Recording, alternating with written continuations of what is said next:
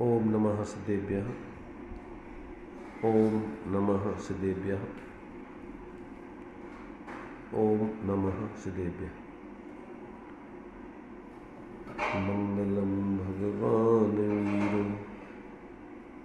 मंगलम गौतम मुनि मंगलम कुंद कुंदाद्यो जैन धर्मोस्तु मंगलम सर्वमंगल मांगल्यम सर्वकल्याणकारकं प्रधानं सर्वधर्माणां जैनं जयतु शासनं जैनं जयतु शासनम्। इस भवतरु का मूलयक जानौ मिथ्या भाव ताकू कर निर्मूलय करिए मोक्ष पार करिए मोक्ष पार।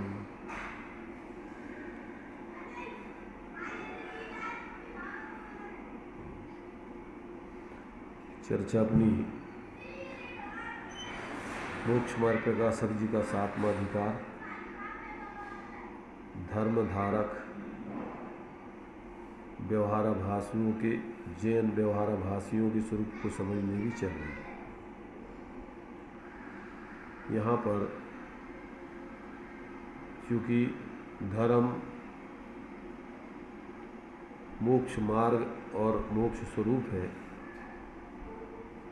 तो यहाँ उस मोक्ष मार्ग का और मोक्ष आदि का किस प्रकार से आभास जैनों के जीवन में हो जाता है, उसके बारे में यहाँ पर अपन विचार कर रहे हैं। सम्यक दर्शन के संबंध में आभास, सम्यक ज्ञान के संबंध में आभास, अब सम्यक चारित्र के संबंध में किस प्रकार का आभास होता है।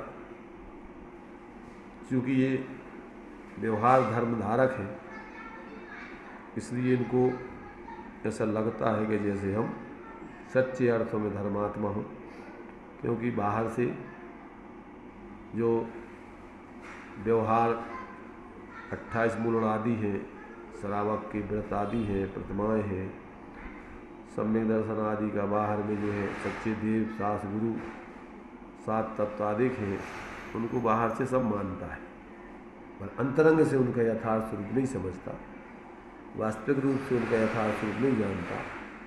इसलिए वो तो जानता है कि हम सच्चे अर्थों में मोक्ष मार्ग पर चल रहे हैं, धर्म की आराधना कर रहे हैं, परंतु वो सही धर्म की आराधना जानता ही नहीं है, इसलिए वो भ्रम में रहता है।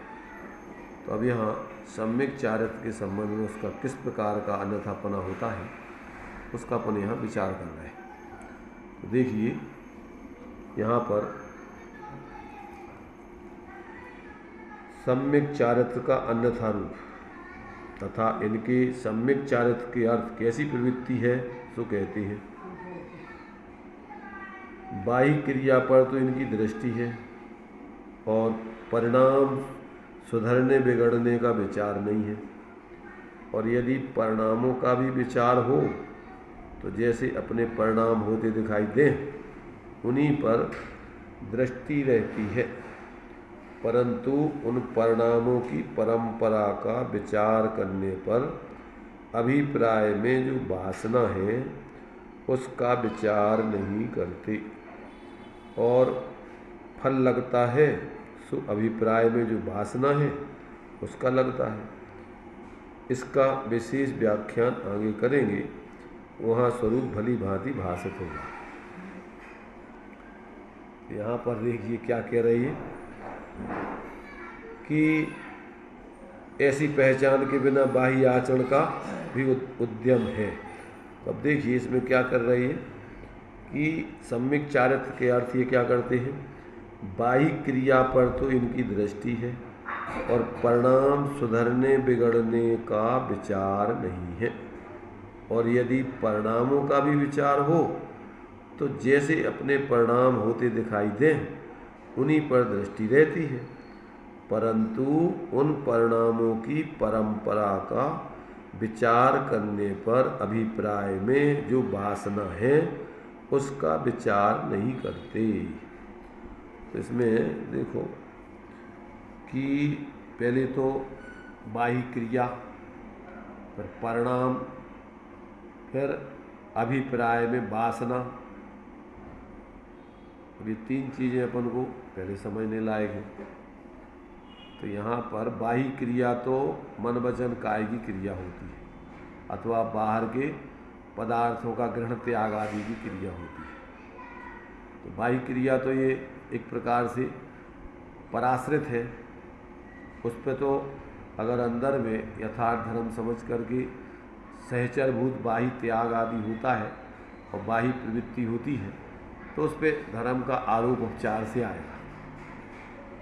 अब साथ में जो तुम्हारे परिणाम होते हैं तो वो परिणाम साधक के जीवन में तो दो प्रकार के चलते हैं।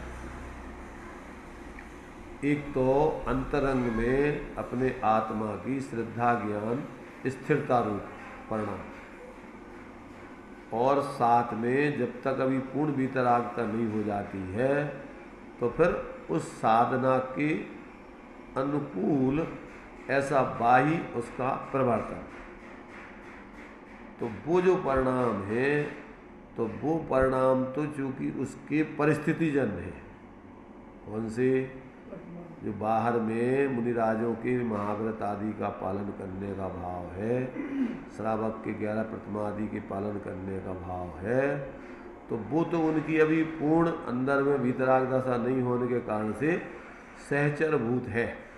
उस पे ज्ञानियों के तो कोई धर्म बुद्धि है नहीं, वो तो उनकी निचली भूमिका में परिस्थितिजन्य है, अस्थिरताजन्य है, और वो बराबर साधक के जीवन में ऐसा सहचरभूत पाया जाता है।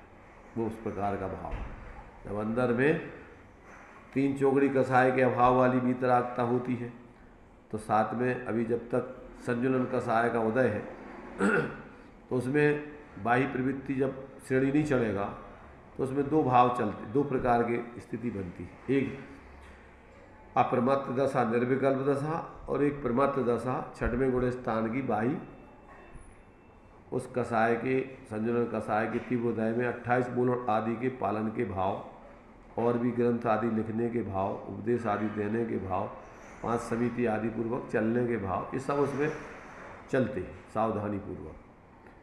तो बराबर उनके तो वो अंदर में अपने स्वरूप की वितरागता के साथ सहचरभूत है। धर्म तो उनका अंदर में अपने स्वरूप की आराधना का चल रहा है, पर साथ में अभी जब उस भूमिका की ऊंचाई पूर्ण रूपेण वितरागता नहीं है तो उसके संग संग सहचरभूत ये प्रवृत्तियाँ चलती हैं। तो इसलिए वो उनका सहचरभूत व्यवहार धर्म नाम पाता है। अब अज्ञानी जीवों को तो चूंकि अंतरंग की परिणति तो दिखाई देती नहीं है, उनको बाह्य प्रवृत्ति दिखाई देती है, बाह्य क्रियाएँ दिखाई देती हैं, बाहर का ग्रहण त्याग दिखाई देता है। तो उसमें उनकी धर्म बुद्धि है। कौन सी बुद्धि हो गई उसमें? कि ये पालन करने से हमारा धर्म की साधना होती है। तो उनके अभिप्राय में विपरीतता खड़ी हो गई। अब वो बराबर सावधानी पूर्वक सब 28 मूल आदि का पालन बड़ी सावधानी, क्यों कि वो धर्म है और उसमें अगर दोष लग गया तो हमारे लिए अधर्म हो जाएगा। तो वो उसमें पूरी सावधानी 24 घंटे रखते हैं वो अपनी क्रियाओं में, समय पर सामायिक आदि करना, प्रतिक्रमण करना, जो भी 28 मूल आदि का पालन करने का जो सहचरभूत व्यवहार है उस पर बराबर उनका पूरा ध्यान रहता है। तो अब चूँकि क्या है कि ये उनका पूरा का पूरा विपरीत अभिप्राय हो गया। अब वे परिणाम तो उनके कभी भी कोई अलग कर ही नहीं सकता, क्योंकि उसमें तो धर्म तो मूल उनको ज्ञान में है ही नहीं। अब वो जो परंपरा चल रही है वो तो माने एक प्रकार से उसमें मिथ्यात्व भी चल रहा है, अज्ञान भी चल रहा है, तत्वों का विपर्यास हो गया है, और उसमें माने जो बाह्य प्रवृत्ति है उसमें धर्म बुद्धि हो गई है, तो मिथ्याचारित्र भी चल रहा है, तीनों चीज़ें चल रही। तो अब इस प्रकार से कहते हैं कि जो अंतरंग में उनका इस प्रकार का जो परिणाम चल रहा है और फल लगता है, सो अभिप्राय में जो वासना है, वासना जो मान्यता बना रखी है उनने उस आधार पर लगता है, उसका लगता है। तो अब ऐसी पहचान के बिना बाह्य आचरण का ही उनके उद्यम पाया जाता है। क्रिया परिणाम और अभिप्राय, क्रिया उनकी संभाल है, ना भावों की ना अभिप्राय। भावों की भी है, तो जैसे भाव उसके होते हुए हैं उसी पे ध्यान है। इन भावों की परंपरा कैसे चल रही है इस पे कोई अभिप्राय, इस बाहर की प्रवृत्ति में हमारे क्या अभिप्राय, अंदर में अभिप्राय चल रहा है उसका निर्णय नहीं है। तो वो उनकी बाह्य प्रवृत्ति भी सब इस शुभ आचरण में धर्म बुद्धि की चल रही है, इसलिए वो उनकी वास्तव में अभिप्राय में विपरीत अभिप्राय चल रहा है। इसलिए भाव कैसे चलती कहीं सब अज्ञान अवस्था में, भाव क्रिया तो संभाल चल रही है, क्रिया की संभाल रूप भाव करेंगे। भगवान की भक्ति 28 गुणों का पालन क्या कहलाता है? षडावश्यक है उनके। तो षडावश्यक में कौन कौन से हैं? ये सब का सब उनका जो है बाहर में स्तुति करते हैं, वंदना करते हैं, प्रतिक्रमण करते हैं, प्रत्याख्यान करते हैं, आलोचना करते हैं, ये सब करते हैं। तो क्या ये क्या है, कौन सी भाव चल रही है? उनके अभिप्राय में ये बैठा हुआ है कि ये सब करने से धर्म हो। हाँ, क्योंकि ऐसा करते हुए वो ज्ञानी जीवों को देखते हैं, बाहर में जो ज्ञानी जीवों की क्रिया होती है। ठीक है, तो वही उसके अभिप्राय में बैठ गया, ये वासना है उसकी, मतलब शुभ क्रिया तो कर रहा है लेकिन शुभ क्रिया में धर्म मान लिया उसने, उसमें आत्मिक नहीं है। बाहर का त्याग, शरीर की क्रिया, अपने जो उसको सेटिंग करने के भाव, ये सब उनका जो है इसमें उनका अभिप्राय ये चल रहा है, ये सब धर्म है। इसमें इनकी धर्म बुद्धि चल रही है। तो अब ये उनका अभिप्राय विपरीत हो गया, इसलिए उनके ये भाव भी विपरीत चल रहे हैं। कौन से? मिथ्या दर्शन चल रहा है, मिथ्या ज्ञान चल रहा है, मिथ्याचारित चल रहा है। तो ये सब इस पर धर्म का आरोप भी नहीं आएगा। चरणानुयोग के आधार से भले ही उपचारित सिक्के हैं, परंतु पारमार्थिक दृष्टि से करणानुयोग है तो उनको मिथ्या दृष्टि, मिथ्या चारित्री, मिथ्या ज्ञानी कहेंगे। तो आगे अब देखिए उसका कहते इस प्रकार ऐसी पहचान के बिना बाह्य आचरण का ही उनके उद्यम है, पूरा का पूरा बाहर में उनका लक्ष्य है। वहाँ कितने ही जीव तो कुल क्रम से अथवा देखा देखी या क्रोध मान माया लोभ आदि से आचरण करते हैं। अब देखो यहाँ अभी तो एक दूसरा पक्ष बता रहे हैं धर्म बुद्धि से धर्मधारक का, तो अभी आगे बताएंगे। अभी तो ये कह रहे हैं कि वहाँ कितने ही जीव तो कुल क्रम से अथवा देखा देखी या क्रोध मान माया लोभ आदि से आचरण करते हैं, उनके तो धर्म बुद्धि ही नहीं है। सबसे पहली चीज क्यों? अभी तो ये तो धर्म ही बुद्धि से गए, इनका तो क्यों कि ये तो कुल क्रम से कर रहे हैं, अथवा देखा देखी कर रहे हैं, अथवा कसाय के वशीभूत होकर कर रहे हैं। तो कहते हैं उनके तो धर्म बुद्धि नहीं है। सम्यक चारित्र उनके कहाँ से हो जाएगा? उन जीवों में कोई तो भोले हैं व कोई कसाई है, सो अज्ञान भाव व कसाय होने पर सम्यक चारित्र नहीं होता। अधिकांश तो भोले हैं। क्या कह रहे हैं यहाँ पर? देखा देखी और कुल क्रम से ये भोलापन का लक्षण है, और क्रोध मान माया लोभ आदि के वशीभूत होकर एक कसाई का लक्षण है।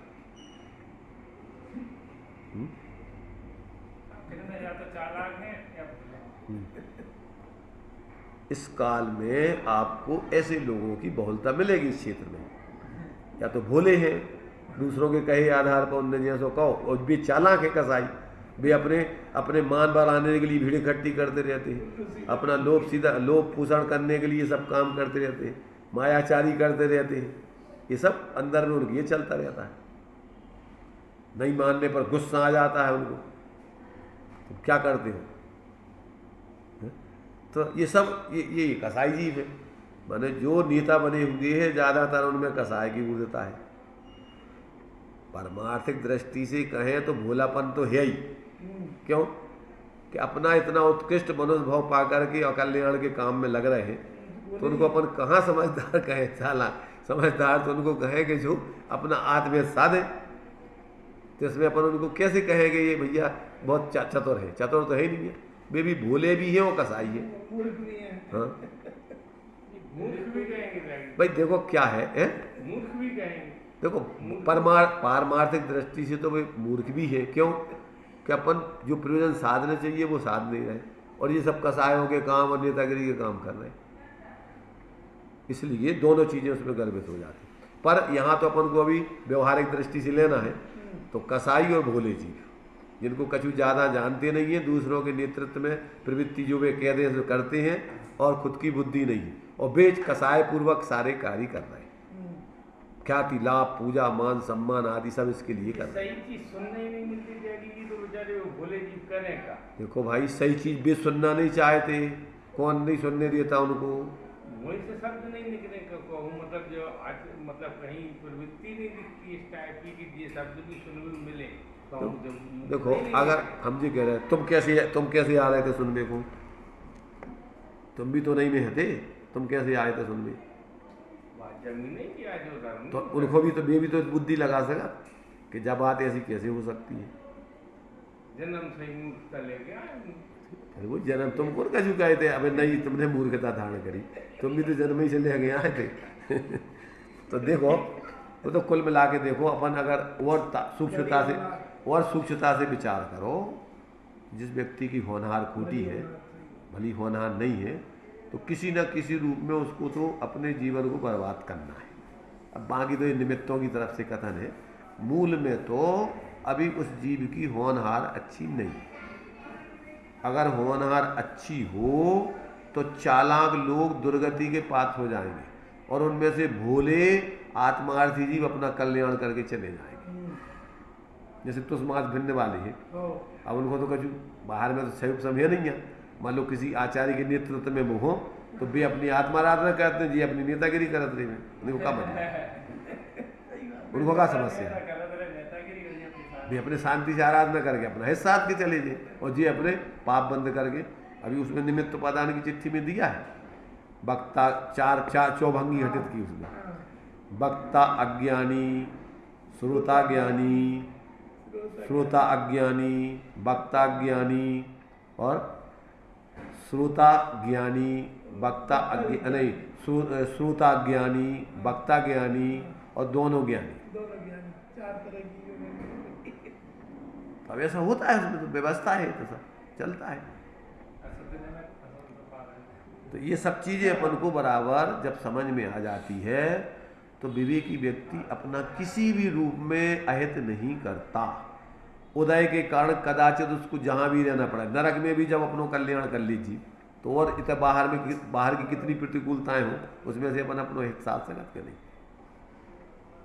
इसलिए सवाल ये नहीं है कि भाई सब क्या इसके कारण से उसके, सवाल तुम्हारी खुद की पात्रता नहीं है। एक शब्द में कहा जाए तुम्हारे में पात्रता होगी तो आप किसी भी प्रकार से भ्रम में अटकेंगे नहीं, रुकेंगे नहीं, आप अपना निर्णय करके हित साधने के मार्ग पर चलेंगे।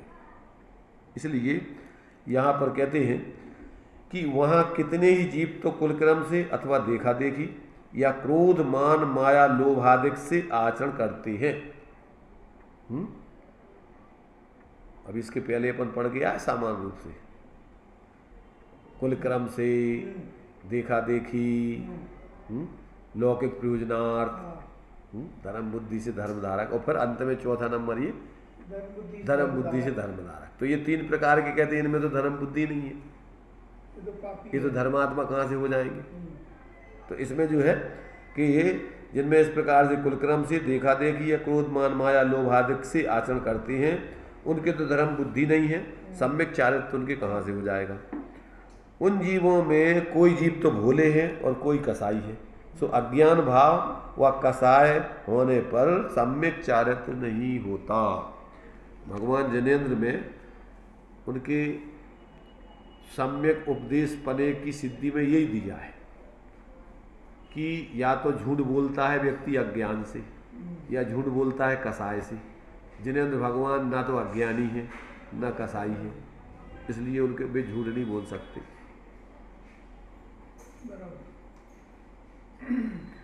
तो अब आगे क्या कहते हैं, तथा कितने ही जीव ऐसा मानते हैं कि जानने में क्या है, कुछ करेंगे तो फल लगेगा, ऐसा विचार कर व्रत, तप आदि क्रिया ही के उद्यमी रहते हैं और तत्व ज्ञान का उपाय नहीं करते।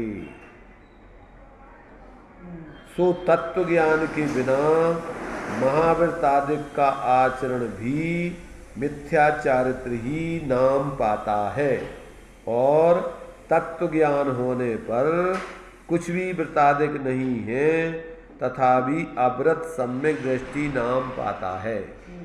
इसलिए पहले तत्व ज्ञान का उपाय करना, पश्चात कसाय घटाने के लिए, कसाय घटाने के लिए मतलब अभाव करने के लिए बाही साधन करना, जो छह डाला में क्रम दिया है। सम्यक श्रद्धा धार पुनि सेवम सम्यक ज्ञान, और सम्यक ज्ञानी होए बहुरी दृढ़ चारित लीजिए, एक देश अरु सकल देश तसु भेद कहिए। तो राजमार्ग तो ये है।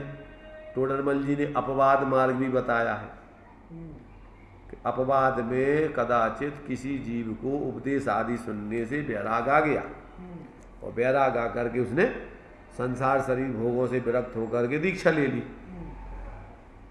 दीक्षा ले ली और मुनि बन करके आत्माराधना करने लगा। परंतु अब वहाँ पर वो तत्व अभ्यास करके फिर सम्यक दृष्टि बने, और सम्यक दृष्टि बन के अपनी आत्माराधना करे। कोई परेशानी नहीं, साधु बन जाने से कोई ऐसा नहीं है कि उसने गलत काम कर दिया।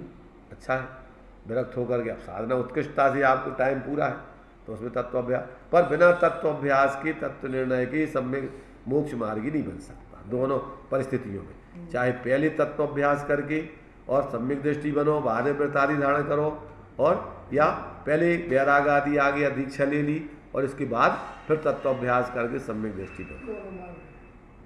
बाद में सम्यक दृष्टि बनोगे तो पहले गुण स्थान से सीधे 7वें में जा सकते हो, 5वें में जा सकते हो, और अगर अवृत दशा में करोगे और सम्यक होगा तो पहले से चौथे में जाओगे, बिना तत्व बिना मुनि दीक्षा के। मुनि दीक्षा पूर्वक अगर अभ्यास करने के बाद यदि आप उत्कृष्ट साधना करके वो सम्यक पाओगे तो पहले से सीधे 7वें में जा सकत, 5वें में भी जा सकत, चौथे में भी जा सकत, सम्यक सन्मुख भी हो सकत, मिथ्या दृष्टि भी रह सकत। ये तुम्हारे ऊपर है या योग्यता के ऊपर है, दोनों चीजें हो सकती। जैसे जीव जब 5वें गुण स्थान से 7वें में जाता होगा, बाहर में निर्ग्रंथ दशा कैसा सुमेल बैठता उसका? क्या पहले दीक्षा लेके साधु है वो, और साधु पने में 5वें गुण स्थान में रह रहा है वो? नहीं, जैसे श्रावक पंचम गुण स्थान में, पंचम गुण स्थान बढ़ती साधु के बेस में साधना कर रहा है। साधु के बेस में नहीं है, वो पंचम गुण स्थान बढ़ती है। पंचम गुण स्थान बढ़ती कैसा है? पंचम गुण स्थान बढ़ती कैसा है? फिर वो नहीं, श्रावक है। श्रावक है, ठीक है। तो पहले वो दीक्षा लेगा, दीक्षा लेने के बाद पहले दीक्षा लेगा, इसके बाद में सप्तम गुण स्थान में जाएगा। ऐसा नहीं है कि वो पहले 7वें में चला है फिर दीक्षा काय को लेना। जब उसको अगर श्रावक अवस्था में 7वां गुण स्थान हो गया तो अब श्वेतांबर होने से घर गृहस्थी में ही अपन 7वां करके और सीधे साधु राजपाट में ही केवल ज्ञान प्राप्त करके मोक्ष जाओ ना, क्या परेशानी? जब सब में यही क्रम, पहले गृहीत मिथ्यात् का कुगुरु कुदेव को शास्त्रों का त्याग हुआ। अब ये बात अलग है कि बाहर में कितने समय तक तुमने त्याग किया या तत्काल ही किया, समझ में आया, और अंदर में तुमने करे ये तो देव स्वरूप है ही नहीं, गुरु का स्वरूप है नहीं, शास्त्रों का है नहीं, और अंदर में तत्काल तत्व का अभ्यास हुआ और तत्काल ही तुम्हें आत्मबोध प्राप्त कर लिया। पर अंदर में इनको अगर तुम्हारा त्याग नहीं होगा, सच्चे देव गुरु शास्त्र आदि का ग्रहण नहीं होगा, कुगुरु कुदेव कुधर्म आदि का त्याग नहीं होगा, तो सम्यक नहीं होगा। और तुम्हारी जो तीव्र कसायों की राज विरुद्ध, लोक विरुद्ध, धर्म विरुद्ध अगर कार्य चल रहे हैं तो उसका निंदा ग्रह करके त्याग नहीं करोगे, अरे अपन ने अच्छा नहीं किया, वास्तव में अपन को क्या रखा है, अपन अपना अहित कर रहे हैं, इन कामों में लग करके कितना बहुमूल्य जीवन बर्बाद कर रहे हैं, तो उसका त्याग करके वो तत्काल विशुद्धि विशेष बढ़ा करके स्वरूप का तत्व अभ्यास करके स्वरूप का अनुभव करके सम्यक प्राप्त कर सकते। पर बाहर में ऐसे तीव्र कसाय के कार्य और बाहर में गृहीत मिथ्यात् के तत्वादि की विपरीतता वाले और कुदेव कुगुरु और कुधर्म आदि वाले, इनका तुम्हारे ज्ञान में समझ में आके त्याग हो गई होगा। चाहे पहले कर दो बहुत समय और चाहे तत्काल करके तत्काल बनो, पर उनका त्याग होगा पहले, क्रम नहीं होगा, सम्यक की प्राप्ति नहीं होगी। क्यों कि अनंतानबंदी का और मिथ्यात्व का अभाव करना है, तो तत्संबंधी कार्य जो होंगे तीव्र कसाय के वे कैसे आपके होंगे?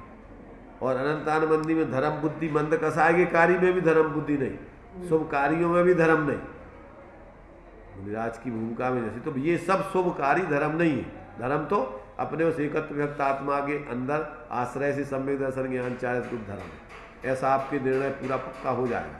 और शब्दात्मक रूप में नहीं बोलोगे आप, और भावात्मक रूप में आप अंदर में अपने को ऐसा कि मेरा स्वरूप तो यही है, चेतन स्वरूप, इसके अलावा मेरा कुछ एक परमाणु मात्र। दो टूट निर्णय पहले हो गई, हाँ, सम्यक होने के पहले।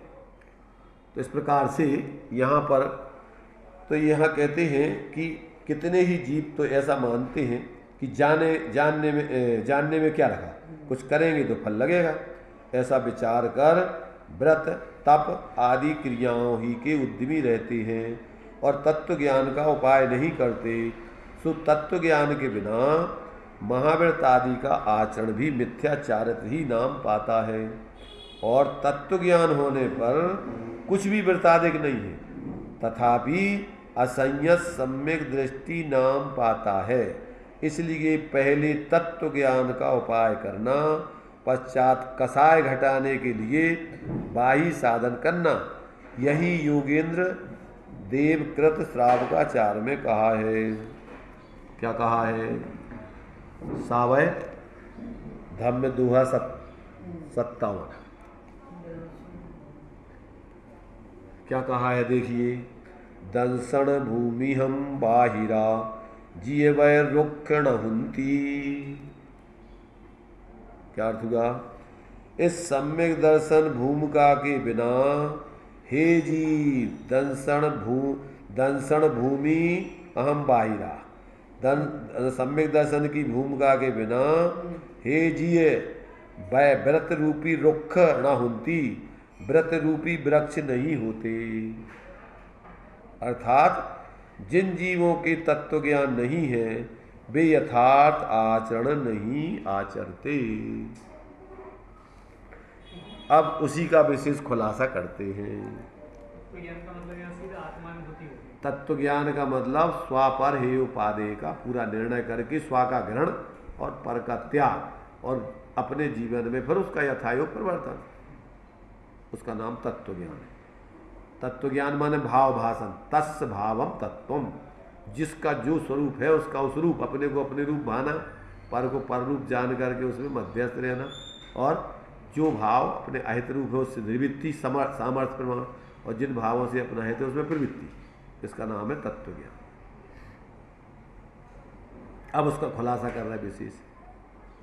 वही विशेष बताते हैं, कितने ही जीव पहले तो बड़ी प्रतिज्ञा धारण कर बैठते हैं, परंतु अंतरंग में विषय कषाय वासना मिटी नहीं है, इसलिए जैसे तैसे प्रतिज्ञा पूरी करना चाहते हैं। जैसे तैसे, हाँ भाई, वो प्रतिज्ञा तो अपन ने धर्म के माध्यम से धारण की है ना, तो उसको तो पूरी करना है। मर जाए, प्राण निकल जाए, परंतु प्रतिज्ञा छोड़ेंगे तो अधर्म ही हो जाएगा। वहाँ उस प्रतिज्ञा से परिणाम दुखी होते हैं। हाँ, जैसे कोई बहुत उपवास कर बैठता है हाँ, और पश्चात पीड़ा से दुखी हुआ रोगी की भांति काल गंवाता है, धर्म साधन नहीं करता, तो प्रथम ही सदती जाने उतनी ही प्रतिज्ञा क्यों न ले, दुखी होने में आर्त ज्ञान हो, उसका फल अच्छा कैसे रहेगा, अथवा उस प्रतिज्ञा का दुख सहा नहीं जाता, तब उसके बदले विषय पोषण के लिए अन्य उपाय करता है। हाँ, जैसे तृषा लगे तब पानी तो न पिए, हाँ, और अन्य शीतल उपचार अनेक प्रकार करे, अनेक प्रकार के उपचार करें। वह व्रत तो छोड़े हाँ, और अन्य स्निग्ध वस्तु का उपाय करके भक्षण करे। हाँ, इसी प्रकार अन्य जानना। माने क्या है कि प्रयोजन तुम्हारा गलत है, प्रतिज्ञा को तुमने धर्म माना, जितनी ज़्यादा व्रत आदि का पालन उपवास आदि करेंगे उतना बड़ा धर्म होगा। परिणामों का तुम्हें पता ही नहीं है, अभिप्राय तुम्हारा खोटा ही चल रहा है। तो अब तुम्हारे वो तो क्या है, जैसे तैसे उसी का पालन पोषण करोगे तुम।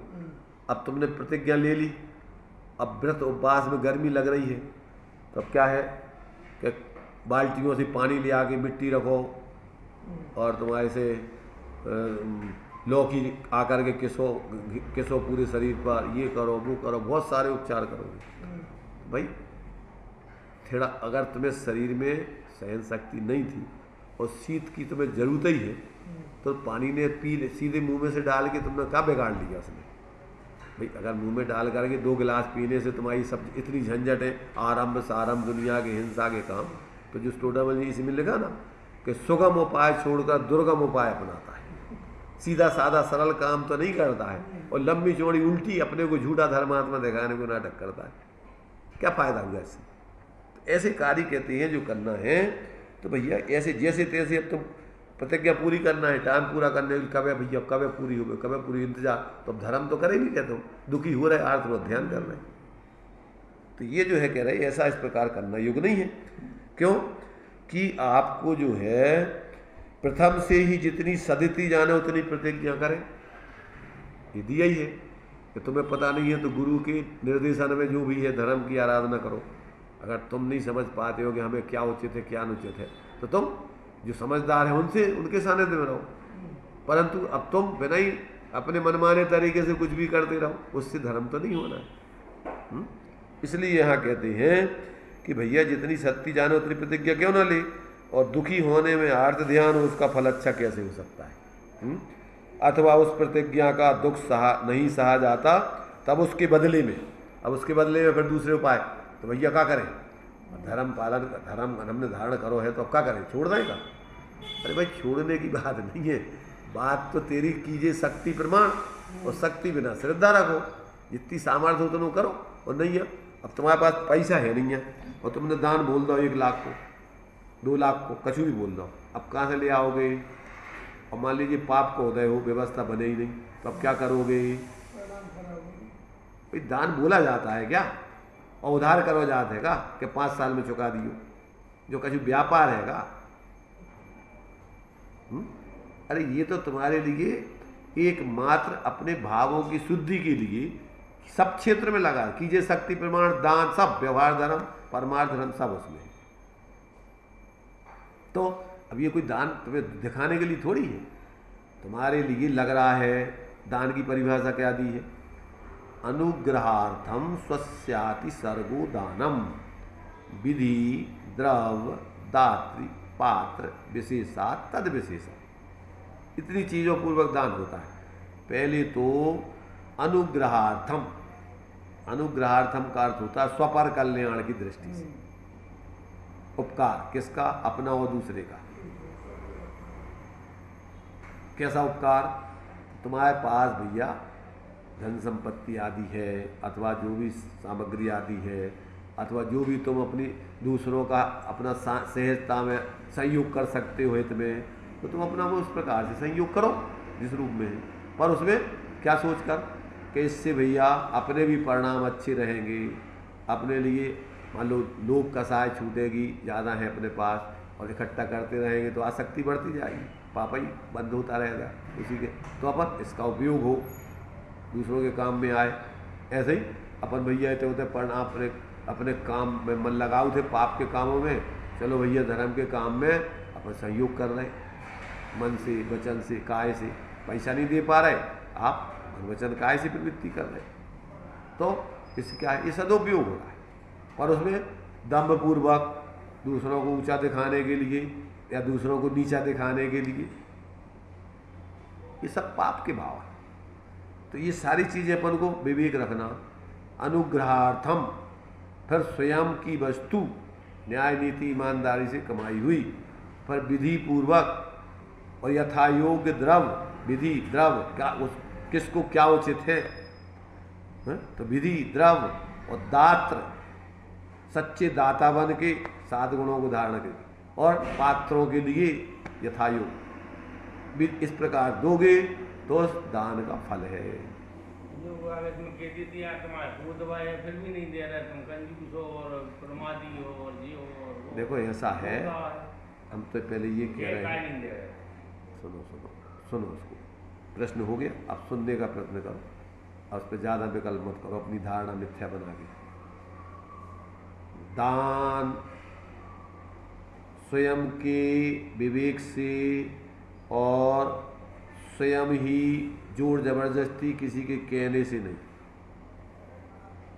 हमें अपना हित करना है पहले तो, इसलिए हम दान दे रहे हैं। हम किसी भय से, लोभ से, कसाय से नहीं दे रहे, ख्याति पूजा आदि लाभ के लिए नहीं दे रहे। हम तो अपने हित के लिए, दूसरों का भी है तो इसके लिए दे रहे हैं। तो ये किसी के द्वारा मांगने वाला वो कोई पात्र नहीं है। पहली चीज तो मांगना, दान लेना नहीं, दान लेना नहीं लिखा है। मांगने का अधिकार नहीं है किसी को। इसलिए सामान्य लोगों ने लिखा है कि रहीमन बेनर मर चुके जे नर मांगन जाए। जो मांगने के लिए जाते हैं, मांगने की व्यवस्था नहीं है धर्म में। स्वाभिमान पूर्वक आदमी मर जाए, मर जाऊं मांगू नहीं, वो अपने तन के काज नहीं, किसी के लिए अपने तन के काज में दूसरों के लिए भिखमंगी बनाए, अपने यहाँ नहीं है व्यवस्था। जैसे हमारे 15,000 की भाव आया, सामने वाले जबरदस्ती 21 कर दिया, 21 हम ये कह रहे हैं कि ये अपने यहाँ व्यवस्था नहीं है कि अपने तन के लिए नहीं मांग रहे, हम दूसरों को मांग रहे हैं। तुम पहली चीज तो तुम्हारे पास है तो दो, देने की व्यवस्था है, मांगने की, लेने की व्यवस्था नहीं है। और फिर उसमें क्या होता है कि 4 जने इकट्ठे हो गए, अब सामने वाले बेचारे के पास पहुंच गए, समाज के मुखिया हो, अब उसका इज्जत का सवाल है। टोडरमल जी ने श्वेतांबरों की मुनिचर्या में ये दोष बताए हैं कि वो तो देना नहीं चाहता था, अब आ गए तो हमारे घर पे मजबूरी में देना चाह रहा है, प्राण पीड़ित हो रहा है उसकी, तो धर्म हो रहा हो कि पाप हो रहा?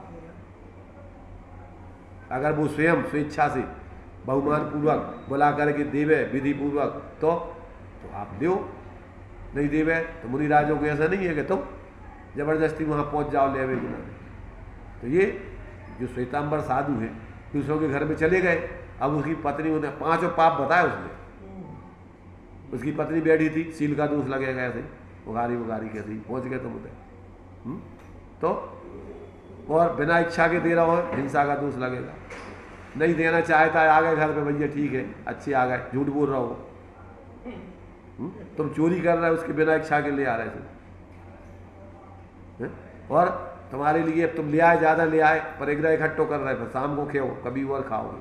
ये 5 पाप गर्भित होते उसमें। हाँ, इसलिए अपन को इन सब बातों का, जिसको आत्माराधक होता है, तत्व ज्ञान पूर्वक बराबर विवेक रखता है। प्राण पीड़ित करके कोई चीज लेना, ये तो महाहिंसा है। सामने वाले व्यक्ति की देवे के भाव नहीं है और तुम लेना चाह रहे, अजीब के पीछे तुम जीव की हिंसा कर रहे, प्राण पीड़ित कर रहे। इसलिए विवेक ज्ञानियों को होता है। साधु भी अगर सामने वाला व्यक्ति देने में उसकी प्राण पीड़ित हो तो भोजन नहीं करेंगे। एक सामान्य व्यक्ति नहीं करता, ये तो मुनिराज की बात है। अगर वो औपचारिकता में कह रहा है और मजबूर है तो अपन कहे भैया वो कहे भोजन कर लो, क्या नहीं हम कर आए। अगर कदाचित वो मैंने अपनी इज्जत रख के कह रहा हो तो झूठ मूठ थोड़ा बहुत अपन औपचारिकता निभा देंगे, पर ऐसा नहीं है कि उसकी प्राण पीड़ित करके अपन क्या भैया तुम मरो, हमें क्या करने, हम तो खा के चलिए। इसलिए मुनिराजों को भी दिया है कि जहाँ जिस घर में भोजन कर रहा देखो पहले उनके सदस्य पूरा उनके लिए है व्यवस्था के नहीं। ऐसा नहीं है कि तुम अपना सफा चट्ट करके चले जाओ। ये सब व्यवस्थाएं बहुत अपने लिए यहाँ भावों का धर्म है, कहते बाहर को अकेलो लेवो देवो क्रिया को धर्म नहीं है। तो ये सारी चीज़ें यहाँ पर जो है उसके जीवन में पाई जाती है। तो यहाँ पर जो है मैंने यदि तुम्हारे लिए इस प्रकार से जो चीज़ तुम पे सदै कीजिए शक्ति प्रमाण, चाहे दान आदि हो, चाहे व्रत आदि हो, चाहे धर्म जो भी हो, तुम अपनी सामर्थ्य प्रमाण करो, परिणाम अच्छे रखो, परिणाम ऊँचे होते रहे। इस प्रकार के दान हो, चाहे व्रत हो, चाहे जो भी हो, उसको ये कार्य करो। इन सब चीज़ों में विवेक रखने दो। इसलिए जैसे तृषा लगे तब पानी तो ना पिए और अन्य शीतल उपचार अनेक प्रकार करे, वह घृत को छोड़े, रस छोड़ देवे और फिर दूसरी चीज़ खावे। आज हमारी जो है नमक को रसी है और फिर कहीं भैया हल्का बना ली मीठो कचू, कैसे खाओ नहीं जाता था बिना नमक के। तो मतलब ये कोई तुम्हारा रस त्याग थोड़ी हुआ, अंदर में तुम्हारे परिणाम उस वस्तु के प्रति आसक्ति टूटे और तुम्हारे लिए उसके छोड़ने से आत्माराधना में बाधा भी नहीं आवे। शरीर के लिए तुम्हें स्वास्थ्य को जरूरी है और तुमने रस छोड़ दो तो क्या होगा? अब शरीर अस्वस्थ होगा, परिणाम बिगड़ेंगे। तो ये कोई रूढ़ी का धर्म नहीं है। यहाँ तो पूरा वैज्ञानिक धर्म है। एक एक चीज़ को आप समझ करके अपने आत्महित में है और किसी प्रकार से दूसरे जीवों का भी उसके कारण से प्राण पीड़ित आदि नहीं होते हैं, वो प्रवृत्ति करना है।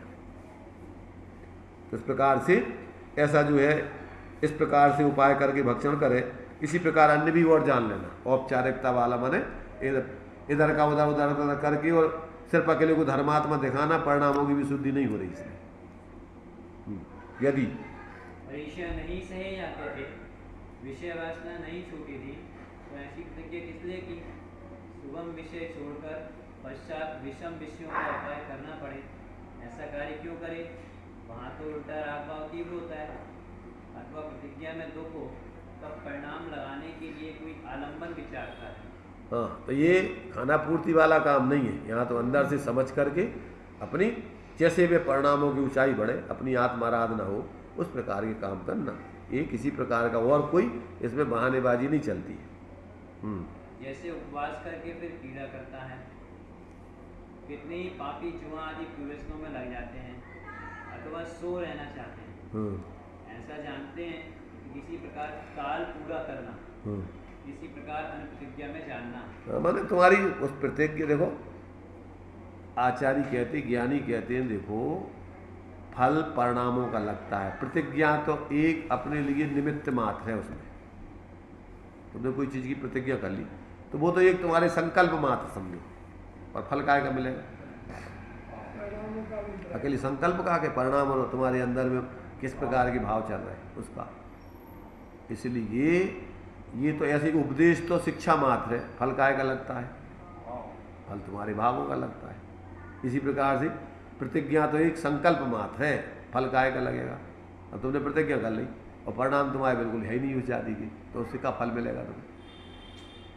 तो ये बातें अपन को बराबर ज्ञान रखने चाहिए। इस प्रकार से कहते हैं कि जैसे तैसे प्रतिज्ञा पूरी करने का धर्म नहीं है, उस प्रतिज्ञा के जो अपन ने ली है उसके अनुरूप आपका जीवन हो रहा है कि नहीं, उसका अपन ने जिस उद्देश्य से ली है उसकी पूर्ति हो रही कि नहीं, उसकी वो हो रही तो ठीक है, अन्यथा विवेक पूर्वक आप प्रतिज्ञा भी ले। अथवा कितने ही पापी ऐसे भी हैं कि पहले प्रतिज्ञा करते हैं, बाद में उससे दुखी हो तब प्रतिज्ञा छोड़ देते हैं। प्रतिज्ञा लेना छोड़ना उनको खेल मात्र है, खेल है बच्चों का। तो प्रतिज्ञा भंग करने का महापाप है।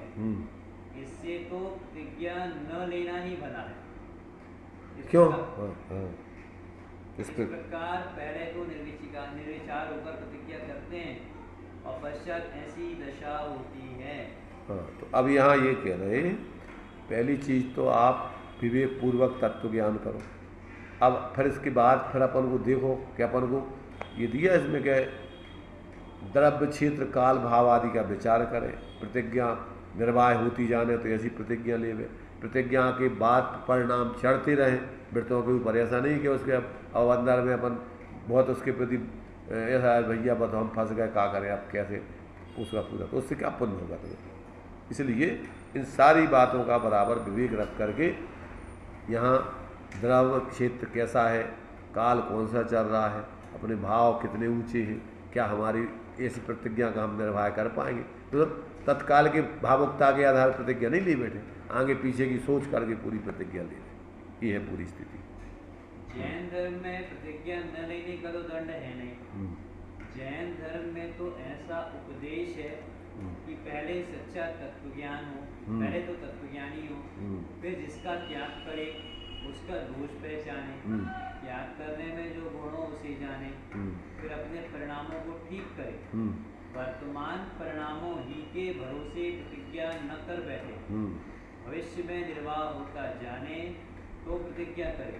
अगर शरीर की शक्ति व द्रव्य क्षेत्र काल भाव आदि का विचार करे, इस प्रकार विचार करके फिर प्रतिज्ञा करनी, वह भी ऐसी करनी जिससे प्रतिज्ञा के प्रति निरादर भाव न हो, परिणाम चढ़ते रहें।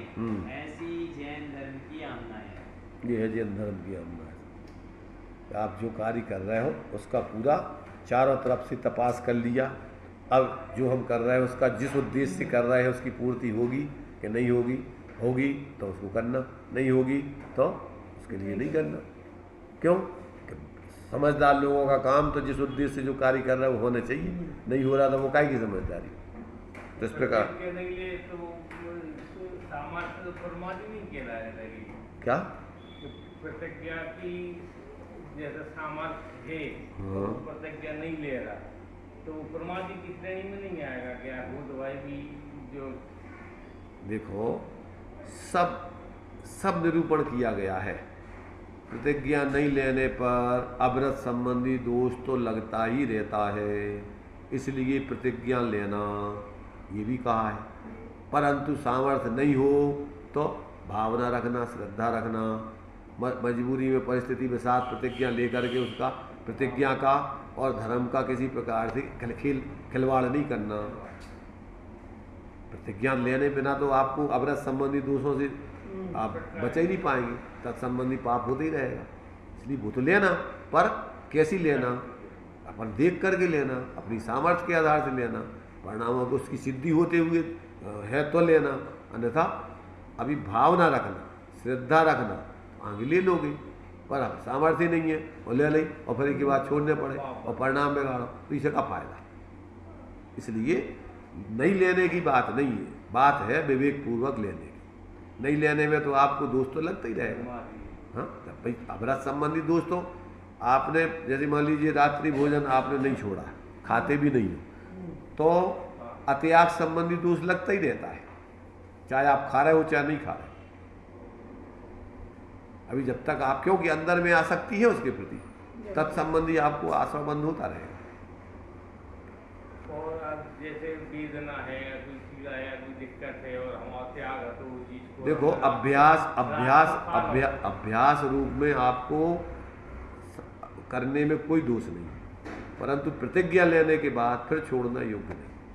आप अभी अभ्यास करो, आप अभ्यास करोगे तो उसमें जितना जितना आपके परिणाम ऊंचे चढ़ते जाएंगे, तत्संबंधी आश्रयबंध नहीं होगा और आगे के लिए तुम्हें अनुभव हो जाएगा कि अब हमारी सामर्थ्य इतनी है। तो वो अभ्यास करो उसके लिए। कम समय की भी तो ले सकते वो सब देखो सब प्रकार के विधान है, वो नियम कहलाता है। आजीव प्रतिज्ञा नियम रूप में भी होती, यम रूप में भी होती। अब तुम किस रूप में ले रहे हो भैया, आज हम देखेंगे, इतने दिन के लिए ले रहे तो ले सकते हो। यम कहलाएगा, यम और नियम तो दोनों प्रकार से हो जाता। अभ्यास रूप है। नियम जो है समय निश्चित करके थोड़े समय ली जाती है, और यम जीवन पर्यंत के लिए लिया जाता है।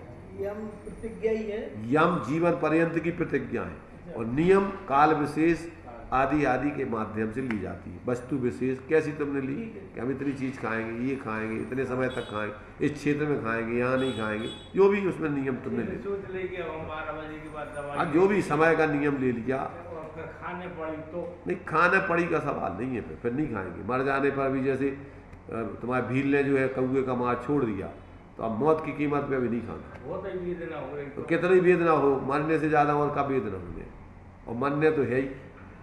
जब तुम जो है वेदना आवे सहन नहीं कर रहे तो वो तुम्हारा विवेक की बात बता रहे हैं, पर संग जो भी ध्यान रखने के अंत में तुम्हें मरने हैं, और अगर मरवे के भय से और तुम प्रतिज्ञा छोड़ दो तो 2 ही दिन से जाओगे, मरोगे भी और प्रतिज्ञा भ्रष्ट करके दुर्गति में भी जाओगे। जा इसलिए कह रहे कि तुम्हारी सामर्थ्य नहीं है और जीवन है, तो अब तुम्हें विवेक पूर्वक वो कार्य करना। आगे के लिए अभी सेटिंग करो, स्वास्थ्य ठीक करो, सामर्थ्य बढ़ाओ, इसके बाद लीजिए, और अगर है तो ले लो। ये सारी चीज़ें अपने लिए बहुत सारे रास्ते हैं उसमें। चलिए, यहाँ कोई कहे कि चांडाल आदि ने प्रतिज्ञा की, हाँ, उनके इतना विचार कहाँ होता है? हाँ, समाधान, मरण पर्यंत कष्ट हो तो हो, हाँ, परंतु प्रतिज्ञा नहीं छोड़ना, हाँ, ऐसा विचार करके वे प्रतिज्ञा करते हैं। प्रतिज्ञा के प्रति निरादरपना नहीं आता है। और सम्यक दृष्टि जो प्रतिज्ञा करते हैं, हाँ, सो तत्व ज्ञान आदि पूर्वक ही करते हैं। जिनकी अंतरंग विरक्तता नहीं और बाह्य प्रतिज्ञा धारण करते हैं, वे प्रतिज्ञा के पहले और बाद में जिसकी प्रतिज्ञा करें उसमें अति आसक्त होकर लगते हैं। जैसे उपवास के धारणे पारने के भोजन में अति लोभी होकर वरिष्ठ आदि भोजन करते हैं, शीघ्रता बहुत करते हैं। जब ये सब चीज़ें टोडामल जी के समय सब चल रही होंगी, देखते होंगे वो सब। इसलिए उनके मनोवैज्ञानिक जो लोगों की मानसिकता है कि ये धर्म के लोग भी इस प्रकार के झूठे अपने को धर्मात्मा दिखाना चाहते हैं और अंदर में आसक्ति वगैरह छूटी नहीं है। तो ये कह रहा है कि जिनकी अंतरंग विरक्तता नहीं है वो बाह्य प्रतिज्ञा धारण करते हैं, वे प्रतिज्ञा के पहले और बाद में जिसकी प्रतिज्ञा करें उसमें अति आसक्ति होकर लगते हैं कि भैया होगा, अब तो निपट गए। जैसे बच्चों की छुट्टी होती है स्कूल से, 6 कह रहा है उनको और फिर दौड़ लगाई उन्हें। ऐसे ही पापी निमित्त बने उनकी तो गरिष्ठादि भोजन, हाँ, शीघ्रता बहुत करते हैं। जैसे जल को रोक रखा था, हाँ, जब वह छूटा तभी बहुत प्रवाह बहने लगा, उसी प्रकार प्रतिज्ञा द्वारा विषय वृत्ति रोक रखी थी, अंतरंग आसक्ति बढ़ती गई और प्रतिज्ञा पूर्ण होते ही अत्यंत विषय वृत्ति होने लगी। तो प्रतिज्ञा के काल में विषय वासना मिटी नहीं, आगे पीछे उसके बदले अधिक राग किया, तो फल तो राग भाव मिटने से होगा। इसलिए जितनी विरक्ति हुई हो उतनी प्रतिज्ञा करना। महामुनि भी थोड़ी प्रतिज्ञा करके फिर आहार आदि में उछटी अर्थात कमी करते हैं, और बड़ी प्रतिज्ञा करते हैं तो अपनी शक्ति देख कर करते हैं। जिस प्रकार परिणाम चढ़ते रहे वैसा करते हैं, प्रमाद भी न हो और आकुलता भी उत्पन्न न हो, ऐसी प्रवृत्ति कार्यकारी जानना। दोनों चीज़ें संतुलन आने चाहिए कि आपका जो है किसी प्रकार से प्रमाद का पोषण भी नहीं हो और आकुलता भी नहीं हो। क्यों कि जैसे मान लीजिए आपकी गाड़ी है, अब उस गाड़ी में जितना वजन ढोने की सामर्थ्य है उससे ज़्यादा भर दोगे तो टूट ही जाएगी, बीच ही में स्थान तक नहीं पहुँचेगी, और अगर बिल्कुल नहीं भरोगे तो माल ही नहीं ले ढो पाओगे फिर। तो जितना जितना उसमें माल सहन हो सकता उतना ढो, आराम से ले जाओ, अपना काम करो। और अगर सामर्थ्य से ज़्यादा अगर तुमने लाद दो अब के बस की नहीं है तो बीच में ही टूट जाओ। इसलिए आकुलता भी नहीं हो, प्रमाद भी नहीं बढ़े, संतुलन बना के जीवन में जियो। तथा जिनकी धर्म पर दृष्टि नहीं है वे कभी तो बड़ा धर्म आचरते हैं, कभी अधिक स्वच्छंद होकर प्रवर्तते हैं। जैसे किसी धर्म पर्व में तो बहुत उपवास आदि करते हैं, किसी धर्म पर्व में बारंबार भोजन आदि करते हैं। यदि धर्म बुद्धि हो तो यथायोग्य सर्व पर्वों में यथायोग्य संयमादि धारण करें। तथा कभी तो किसी धर्म कार्य में बहुत धन खर्च करते हैं, धन खर्च करते हैं, और कभी कोई धर्म कार्य आ पहुँचा तब भी वहाँ थोड़ा भी धन नहीं खर्च करते। सो धर्म बुद्धि तो हो तो यथाशक्ति यथायोग्य सभी धर्म कार्यों में धन खर्च करते हैं। इसी प्रकार अन्य जानना। तथा जिनके सच्चा धर्म साधन नहीं है वे कोई क्रिया को बहुत बड़ी अंगीकार करते हैं तथा कोई हीन क्रिया करते हैं। जैसे धनाधिक का तो त्याग किया और अच्छा भोजन, अच्छे वस्त्र इत्यादि विषयों में विशेष प्रवृत्ति है। तथा कोई जामा पहनना, स्त्री सेवन करना इत्यादि कार्यों का तो त्याग करके धर्मात्मा पना प्रकट करते हैं और पश्चात खोटे व्यापार आदि कार्य करते हैं। लोक निंद पाप क्रियाओं में प्रवृत्ते हैं। इसी प्रकार कोई क्रिया अति उच्च तथा कोई क्रिया अति नीची करते हैं। वहाँ लोक निंद होकर धर्म की हंसी कराते हैं कि देखो अमुक धर्मात्मा ऐसे कार्य करता है। जैसे कोई पुरुष एक वस्त्र तो अति उत्तम पहने और एक वस्त्र अति हीन पहने तो हंसी ही होती है, उसी प्रकार यह भी हंसी को प्राप्त होता है। सच्चे धर्म की तो यह आमनाएं हैं कि जितने अपने रागादि दूर हुए हों उसके अनुसार जिस पद में जो धर्म क्रिया संभव हो वह सब अंगीकार करे। यदि अल्प रागादि मिटे हों तो निचले पद में रहकर ही प्रवर्तन करे, परंतु उच्च पद धारण करके नीची क्रिया न करे। सब कुछ लिख दिया, कोई बाकी नहीं बचा, उनने छोड़ा।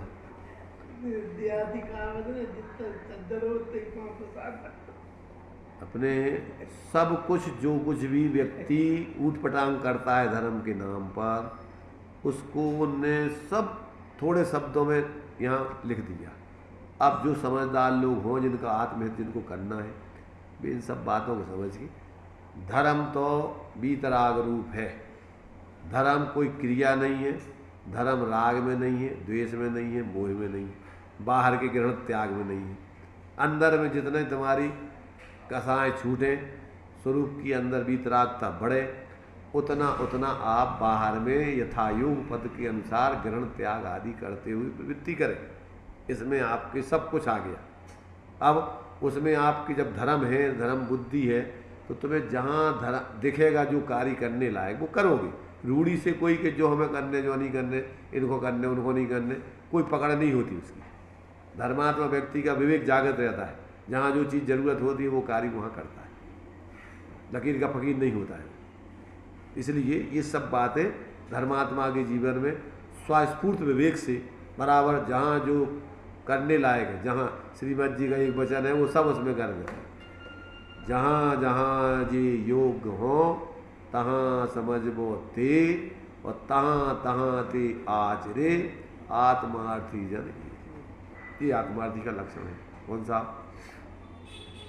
जो कार्य, जो क्रिया, जो ग्रहण त्याग आदि, जो बोलना आदि आपके लिए जहाँ उचित हो, जितना उचित हो उतना वो बोले, प्रवृत्ति करे, लेवे देवे, वो सब उसके धर्मात्मा के। और वो फिर हंसी का पात्र नहीं होता। नजर कहीं तो बिल्कुल बहुत ऊंचा कार्य कर दे, वो कहीं बिल्कुल ऐसे हंसी का गलत काम करने लगे तो हंसी का पात्र हो। और वो धर्मात्मा का लक्षण नहीं है। धर्मात्मा सबसे पहले सम्यक, सम्यक चारों तरफ उसका जीवन समीचीन होता है, सर्वांगीण समीचीनता। तो अब समीचीनता में सर्वांगीण सर्वगुणांशु समके, उसकी सब तरफ पूरे समीचीनता का जीवन दिखेगा, उसमें कहीं कोई खेचातानी उसके जीवन में नहीं पाई जाती। ऐसा जो है धर्मात्मा का जीवन, लकीर का फकीर नहीं, किसी भय से नहीं, किसी और कसाय से नहीं, किसी को दिखाने के लिए नहीं, एकमात्र अपने आत्मशोधन के लक्ष्य से स्वपरहित की दृष्टि से घटता है और उसका कोई प्रयोजन नहीं है। कौन क्या कह रहा है वो उसकी चिंता नहीं है। कोई बुरा कहो, अच्छा कहो, लक्ष्मी आओ जाओ, लाखों वर्षों तक जियो या मृत्यु आज ही आ जाओ, तो भी न्याय मार्ग से, धर्म मार्ग से कभी न पद चिकने। वो तो इस प्रकार से उसका जीवन होता है। इसलिए ये सारी चीज़ें एकमात्र जहाँ तुम्हारी दृष्टि सम्यक है, ज्ञान सम्यक है, तुम्हारा आचरण भी यथायोग जिस भूमिका में जो होने लायक है वो होगा, उसमें किसी प्रकार की कोई खेचातानी नहीं होती। और कोई यदवा तदवा उसमें धर्म बुद्धि की मान्यता है नहीं कि हम ज़्यादा पैसा दे दें तो ज़्यादा धर्मात्मा हो जाए, कि ज़्यादा क्रिया कर दें तो ज़्यादा धर्मात्मा हो जाए, ऐसा कुछ नहीं। ज़्यादा पाठ पढ़ लें, ज़्यादा रट लें, ज़्यादा सुना दें, ऐसा कुछ नहीं। जितने में उसके परिणाम संतुलित रहें, अंदर में स्वास्थ्य रूप से चलते रहें, कसाएँ पैदा नहीं हो, ये सारी बातें उसके प्रवर्तन में, उसके जीवन में, उसके बोलने चलने फिरने उठने बैठने सब में आपको लक्षित होगी। दुनिया की लकीर के फकीर के आधार पर वो नहीं चलता है। दुनिया बहुमत से तो ज़्यादातर इस काल में तो मूढ़ों की जमात है, समझ रहे ना। इसलिए वो लोक भय से बहुमत के आधार से कोई कार्य नहीं करता है। वो अपने यथार्थ भगवान जिनेंद्र का जो उपदेश है आत्महित के लक्ष्य से, स्वपरहित से जितनी सामर्थ्य उतना करता है, बाकी नहीं होता है तो भावना रखता है। तो इस प्रकार से ये सच्चे धर्मात्मा का आचरण इस प्रकार से संतुलित होता है, समीचीन होता है, स्वाश्रित होता है। पराश्रितता में वो धर्म नहीं मानता। इतनी सब बातें उसके जीवन में बराबर चलती है। इसी के साथ बाहर में भी यथायोग जो सहचरभूत उसका व्यवहार है वो संतुलित होता है, स्वपर हित में होता है। ऐसा जो है अपन को इन सब बातों का विवेक रख करके हम अपने जीवन को देखें, हम कहाँ खड़े हुए हैं, हम कौन सा कार्य किस अभिप्राय से करते हैं। 24 घंटे अपन अगर शांति से समझे तो समझ में आता है कि अपना कौन सा कार्य किस अभिप्राय से किसके लिए अपन कर रहे हैं। चलिए अभी अपना टाइम हो गया।